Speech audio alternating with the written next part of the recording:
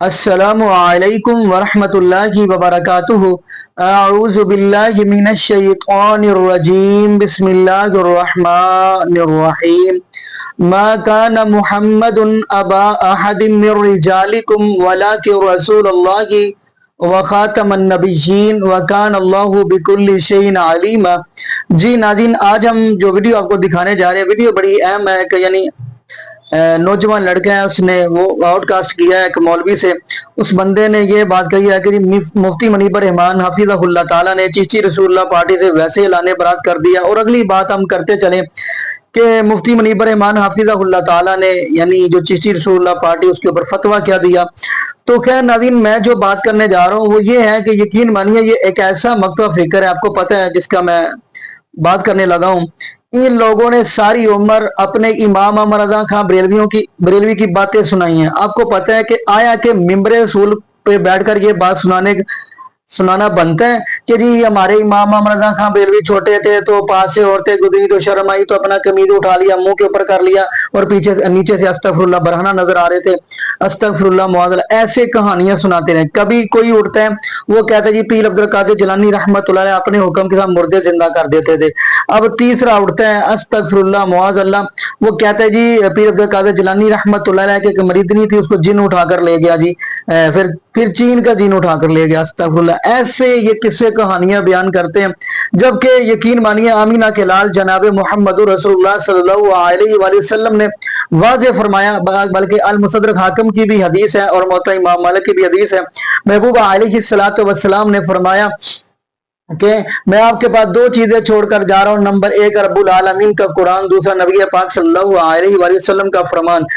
جب تک آپ ان کو مضبوطی سے تھامے رکھو گے آپ ہرگز گمراہ نہیں ہو سکتے۔ بلکہ ایک روایت کے اندر، یہ بھی المصدر حاکم کی روایت ہے، اس ایک حدیث کے اندر فرمایا میں آپ کے پاس رب العالمین کا قرآن چھوڑ کر جا رہا ہوں، دوسرا اپنے اہل بیت چھوڑ کر جا رہا ہوں۔ تو یقین مانیے جب اللہ پاک نے ہمیں قرآن دیا ہے، محبوب علیہ السلام کا فرمان دیا ہے، ہم لوگوں کو قرآن ترجمے کے ساتھ پڑھ کر سنائے، ہم لوگوں کو نبی پاک صلی اللہ علیہ وآلہ وسلم کا فرمان پڑھ کر سنائے، یہ کیوں سے کام یہ لگ گئے استغفر اللہ، پھر دن بہ دن نئی کہانی بنا کر لے کر آتے ہو۔ سمجھے حیرانگی والی بات ہے کہ ان کے پاس کہانیاں بنانے کے لیے کتنا دماغ چلتا ہے۔ کیا ناظرین، آئیے ہم پہلے ویڈیو کی طرف بڑھتے ہیں، پھر انشاءاللہ ناظرین آگے ہم بھی گفتگو کریں گے۔ تو آئیے ناظرین مل کے ویڈیو دیکھتے ہیں۔ انجینئر مرزا صاحب سے بات چلی، انہوں نے جو کتابیں دکھائی ہیں، کہتے ہیں کہ ان کے جو بزرگان دین انہوں نے اپنے نام کے کلمے پڑھائے ہیں، اس میں وہ حوالہ دیتے ہیں کہ چشتی رسول اللہ۔ اس کو ہم کس طرح دیکھیں؟ کیا واقعی ان کی کتابوں میں یہ چیزیں موجود ہیں؟ اس کی حقیقت کیا ہے؟ اس پہ روشنی۔ ایک بات تو یہ ہے کہ اب اس غبارے سے بھی ہوا نکل چکی ہے۔ ہمارے بہت سارے علماء نے اس کا بڑا مستند مدلل جواب دیا، اسپیشلی حضرت مفتی اعظم پاکستان پروفیسر مفتی منیب الرحمان صاحب دامت برکاتہم العالیہ نے اس پر مفصل فتویٰ تحریر کیا ہے، جو اخبارات میں بھی آرٹیکل کی صورت میں پرنٹ ہوا ہے اور وہ نیٹ پر موجود ہے۔ تو اس کا انہوں نے بڑا شاندار جواب یہ دیا ہے کہ ایسی کوئی بھی بات اگر کسی کتاب کے اندر کسی طریقے سے شامل کر دی گئی، داخل کر دی گئی، وہ الحاقی کہلاتی ہے۔ بعد میں کسی بندے نے کسی سازش کے تحت کسی وجہ سے شامل کر دی تو لہذا اس کا ذمہ دار اس بزرگ کو یا اس بزرگ کے ماننے والوں کو ہرگز نہیں ٹھہرایا جا سکتا۔ یہ کامن سینس کی بات ہے۔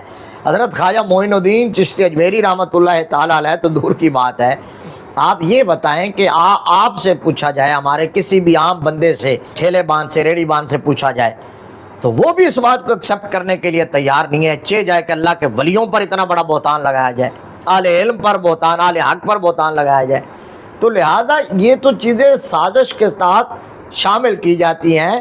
ان کا بزرگان دین کے ساتھ یا مسلک حق اہل سنت و جماعت کے ساتھ ہرگز کوئی تعلق نہیں ہوتا، اور ہم اس کو ڈینائی کرتے ہیں، اس کو قبول نہیں کرتے۔ اس کو کہتے ہیں یہ علاقی چیزیں ہوتی ہیں، بعد میں داخل کی جاتی ہیں، شامل کی جاتی ہیں۔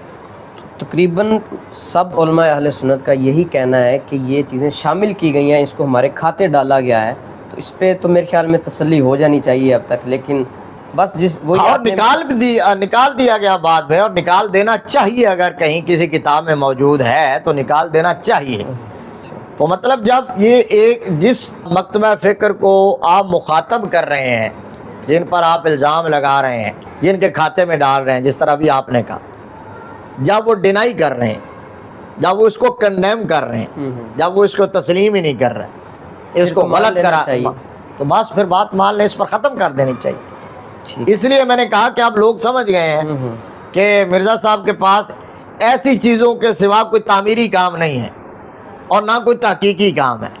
اب یہ کیا کمال ہے کہ آپ ساری زندگی محنت کریں، تو محنت کر کر کے آپ کہیں کہ جی میں نے داتا صاحب جو ہے نا، جن کے بارے میں کہا علامہ اقبال نے کہ در زمین ہند تخم سجدہ ریخت، ہندوستان کی دھرتی میں جس مرد کلندر نے توحید کا بیج بویا اسے داتا گنج بخش علی اجمیری کہتے ہیں، اور ساری دنیا مانتی ہے کہ جس نے بت کدہ ہند کے اندر جا کے توحید کی شمع جلائی ہے اسے خواجہ غریب نواز کہتے ہیں۔ تو آپ کا کام صرف یہی رہ گیا کہ آپ ساری زندگی ساری رات محنت کریں، جاگیں، کتابیں کھنگالیں، اور ان بزرگوں کی زندگیوں میں سے یا ان کی کتابوں میں سے ایسی بات نکال کے لائیں اور اچھالیں، اور آپ سمجھیں کہ آپ نے بڑا مارکا سر کر لیا ہے، آپ فاتح عالم بن گئے۔ یہ کوئی کام ہے؟ یہ کام ہوتا ہے؟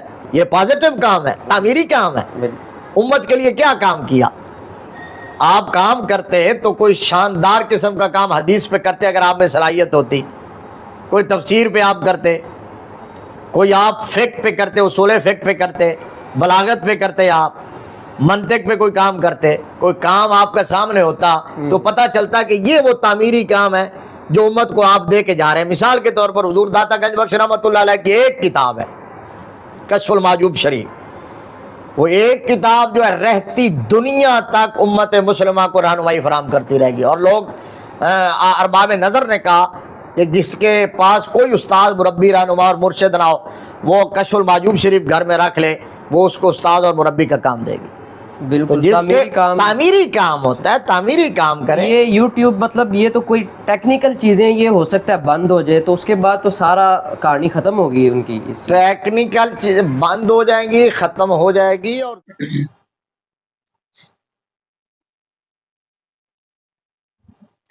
جی ناظرین، آپ نے یہ ویڈیو مناظر فرمائی، یقین مانیے ناظرین آپ کو پتہ تو چل گیا ہوگا جتنا ان لوگوں نے نقصان کیا ہے نا آپ سوچ بھی نہیں سکتے۔ اگلی بات ہم کرتے چلے، نبی پاک صلی اللہ علیہ وآلہ وسلم میرے محبوب علیہ الصلوۃ والسلام آخری نبی ہیں، خاتم النبیین ہیں، بلکہ میرے محبوب علیہ الصلوۃ والسلام نے یہ بھی فرمایا، غالباً یہ سنن ابو داؤد کی حدیث ہے، فرمایا کذابون دجالون، میرے بعد 30 دجال آئیں گے، جھوٹے آئیں گے، وہ نبوت کا دعویٰ تو کریں گے لیکن لا نبی بعدی، میرے بعد کوئی نبی نہیں آئے گا۔ آمینہ کے لال جناب محمد رسول اللہ صلی اللہ علیہ وآلہ وسلم آخری نبی ہیں، خاتم النبیین ہیں۔ نبی یقین مانیے یہ اپنے آپ کو عاشق رسول کہتے ہیں، یہ اپنے آپ کو محب رسول کہتے ہیں، یہ اپنے آپ کو کہتے ہیں یہ ہم سے بڑھ کر نبی پاک صلی اللہ علیہ وآلہ وسلم کے ساتھ محبت اور پیار نہیں کر سکتا۔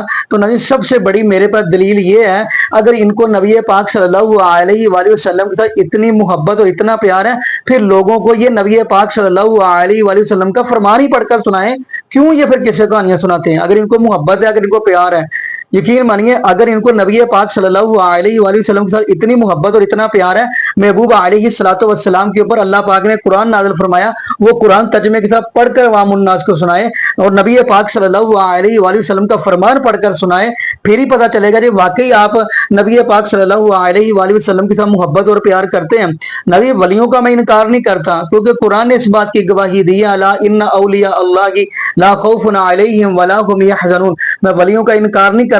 تو جو اللہ کے ولی ہیں، میں ولیوں کی بات، جو اللہ کے ولی ہیں وہ بھی عوام الناس کو رب العالمین کا قرآن ہی سناتے رہے ہیں اور نبی پاک صلی اللہ علیہ وآلہ وسلم کا فرمان ہی سناتے رہے ہیں، لیکن یہ کہتے ہیں جی نہیں ہم نے ایسے ایسے قصے سنائیں گے کہ عوام کو گمراہ رکھنا، اتنا گمراہ رکھنا کہ یقین مانیے بڑے دکھ کے ساتھ یہ بات کر رہا ہوں کہ استغفر اللہ معاذ اللہ، اللہ معاف فرما دے۔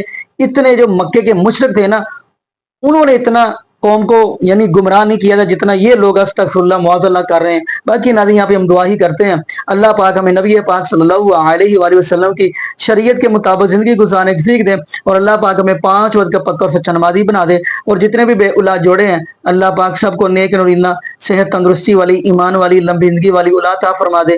جزاکم اللہ خیرہ، احسن جزا۔ السلام علیکم ورحمۃ اللہ وبرکاتہ۔